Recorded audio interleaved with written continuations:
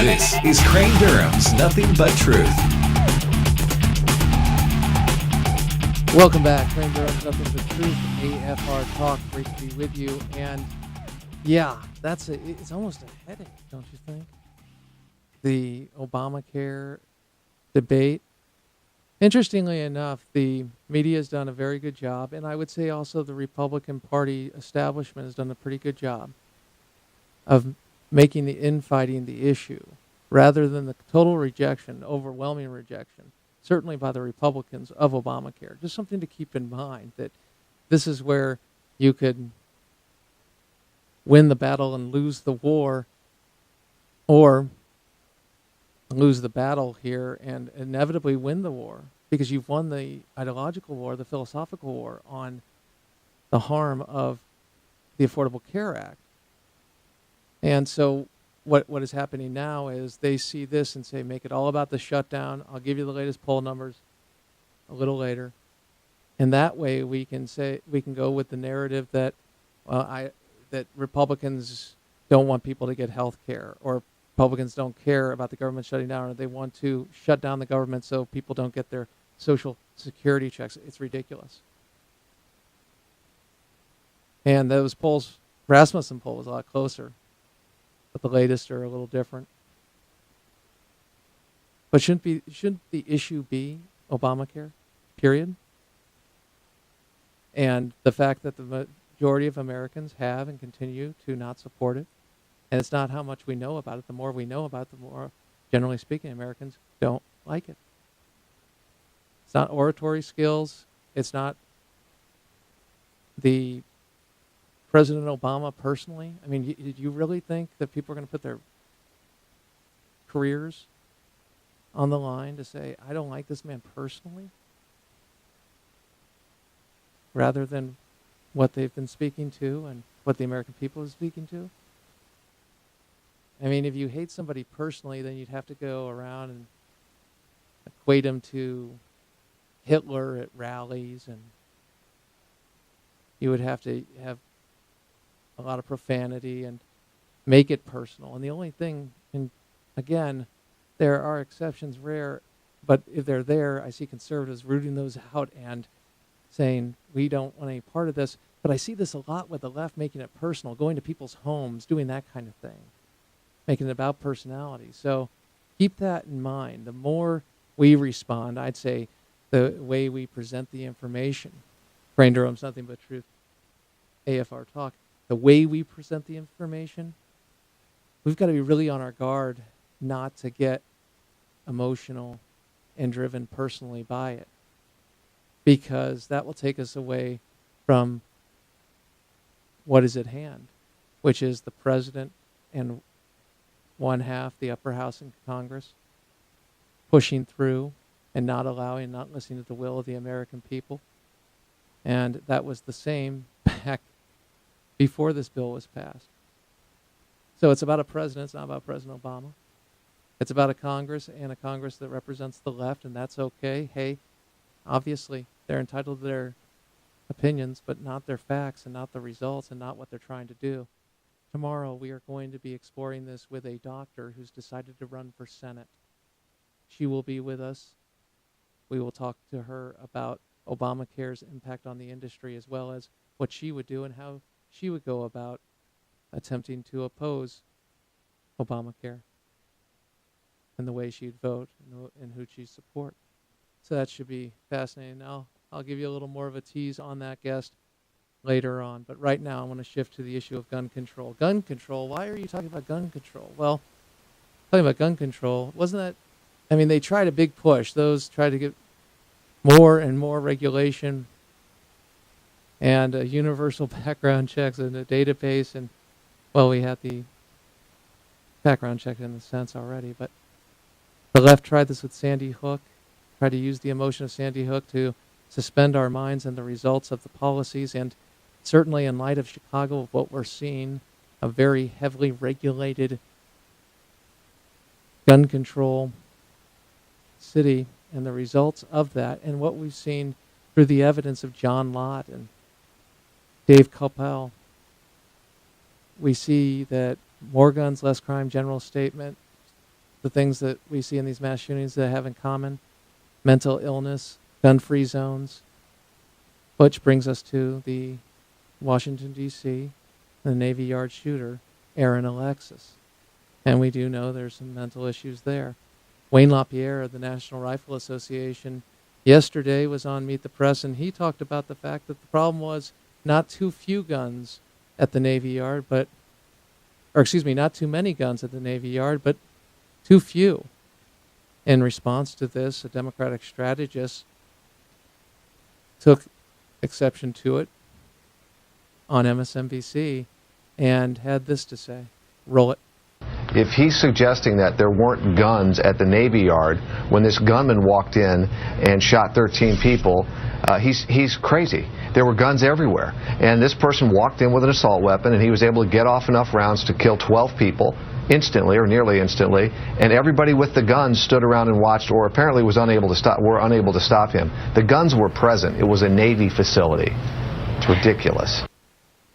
Well, insulting, irresponsible, whole host of things. Steve McMahon, a Democratic political strategist, says.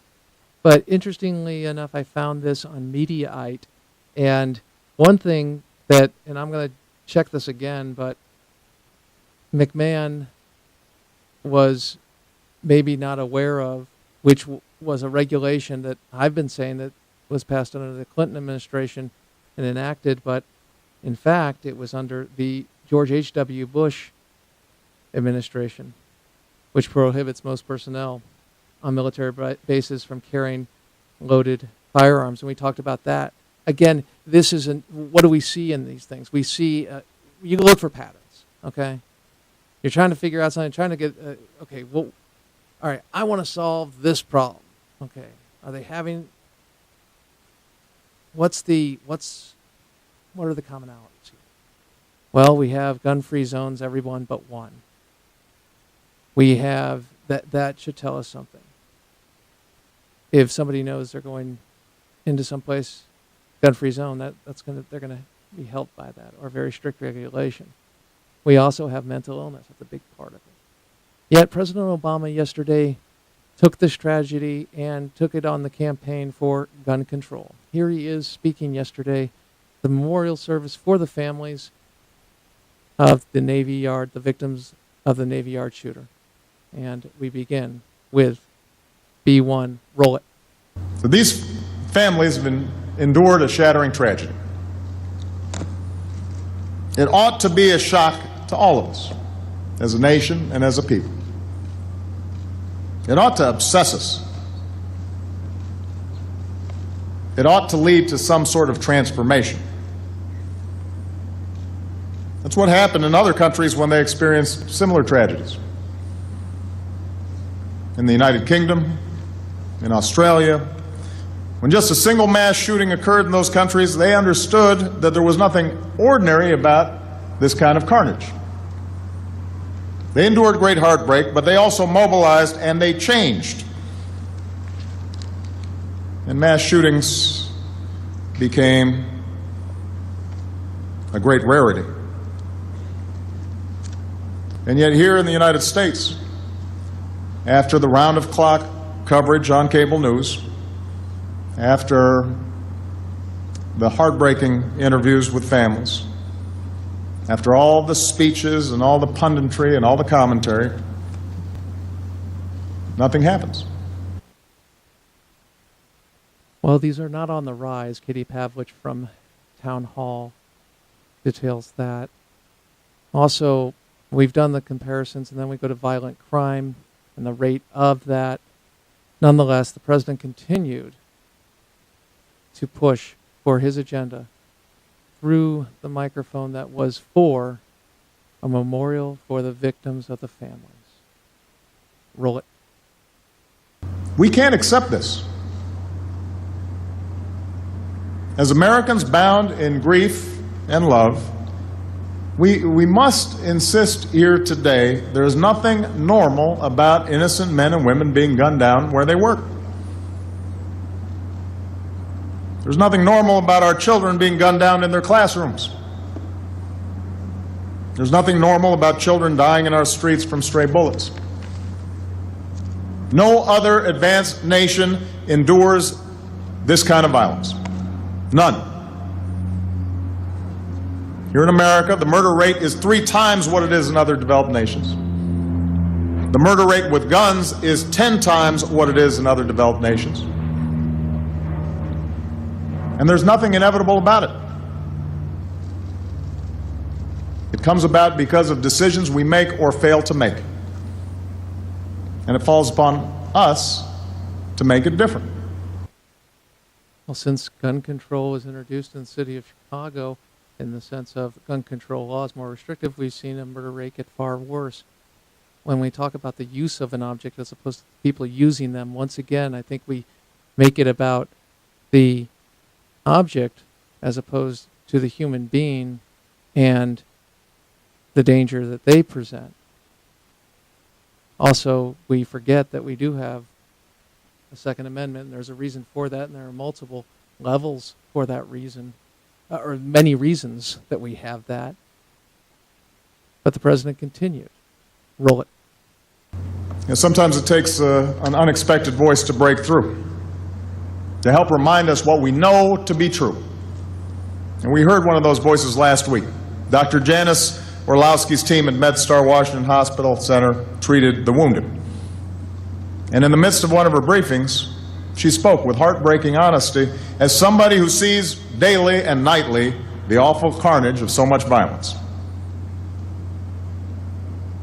We are a great country, she said, but there's something wrong. All these shootings, all these victims, she said, this is not America. It is a challenge to all of us, she said, and we have to work together to get rid of this. And that's the wisdom we should be taking away from this tragedy, and so many others. Not accepting these shootings as inevitable, but asking what can we do to prevent them from happening again and again and again. And then President Obama shifted to the fact of, well, we're not an inherently violent country. Roll it. But we Americans are not an inherently more violent people than folks in other countries. We're not inherently more prone to mental health problems.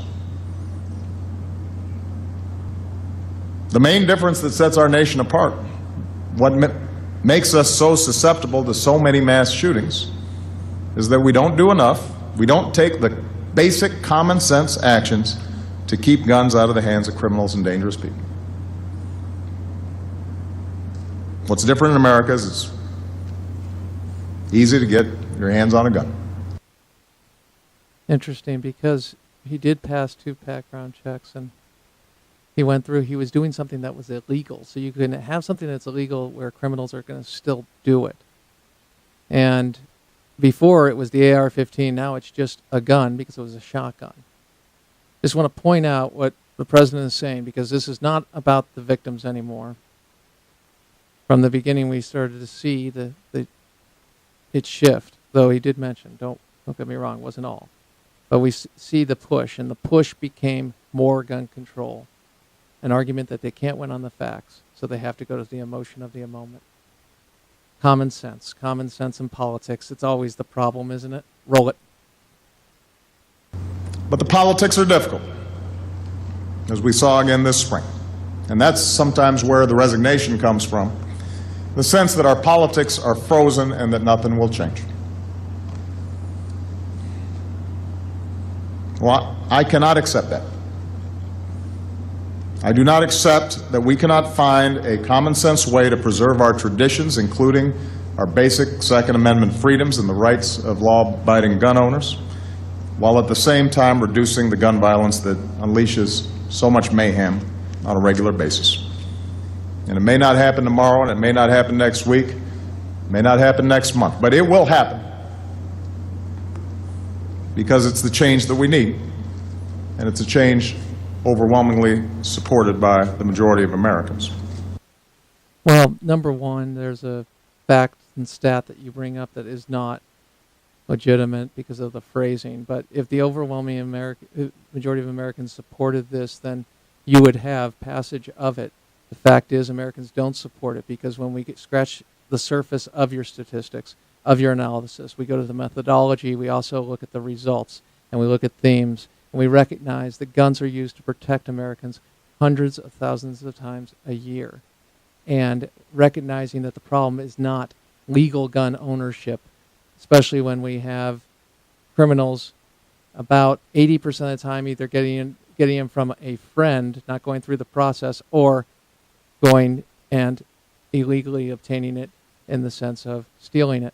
And that is the problem. So what you're focusing on is pass another law, but you don't enforce the laws that we have on the books. If you don't enforce the laws you have on the books, you're not addressing the true problem. What are you doing? Well, I would say you are exploiting the situation. And you're using the grief of the moment for us to say we need to do something, which we all want to do. I would say the answer is not more regulation, because they had the gun laws. They had the laws in D.C. They had the restriction on base.